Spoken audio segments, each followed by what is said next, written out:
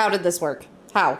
If this is your first time being poor, I'm Kiki Ruff, and since protein has become a luxury item, we're gonna get creative. According to this cookbook, we can make mock sausage out of lima beans, so today we're gonna see if that's a lie. I adjusted the recipe so we'll be able to remove the eggs because that's also a luxury item, so let's get to it. First off, here's where I get a little bit skeptical.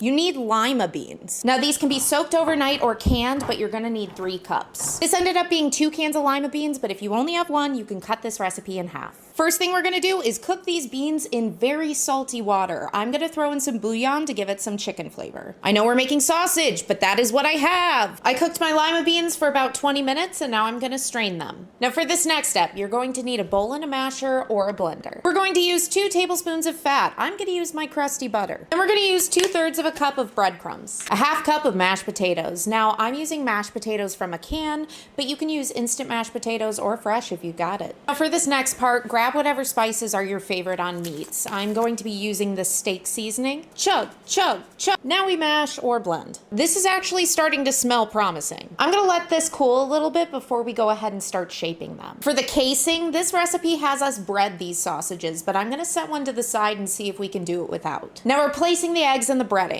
You can use one of these 2 binders, and yes, dairy-free milk will work. Now we're gonna start shaping our sausages. I've never done this before, so let's see how it goes. Now the instructions say that you can start breading these right away, but I don't trust it, so I'm gonna throw these in the freezer for about 20 minutes when I'm done. I'm gonna tell myself that this is more like shaping dough than it is little turds. Now I've made 7 sausages, and remember, we're gonna keep this one to the side to see if it actually needs to be breaded. We have our egg replacement, and we're gonna get some breadcrumbs ready with whatever spices you want. And I know you guys suggested that I do wet hand, dry hand. I'm gonna try. Please remember it's a skill issue. Now we're gonna dip it, bread it, and repeat. Now we have our breaded sausage, our test sausage, and it's time for your favorite part. Oil your pan! Oil your pan! But really, we're gonna put a ton of oil in our pan and we're gonna fry these on the stove. If someone does it in the air fryer, please share with the class. Okay, I'm just as nervous as you are. Now we're gonna gently place this in. I should probably use something. And then we'll rotate them when they start to brown. In my humble opinion, the breading complicated things. This is the unbreaded sausage, and I know what you're gonna say. The color's a little weird. It's still fresher than a gas station hot dog. I don't want to hear it. We're going to dress both up. Okay, since this one's a little out there, I will try it on camera.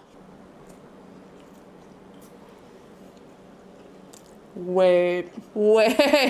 Like, logically, I know I'm not eating sausage or a hot dog, but like, this is pretty good. Please remember that you deserve to eat, and also, I love you.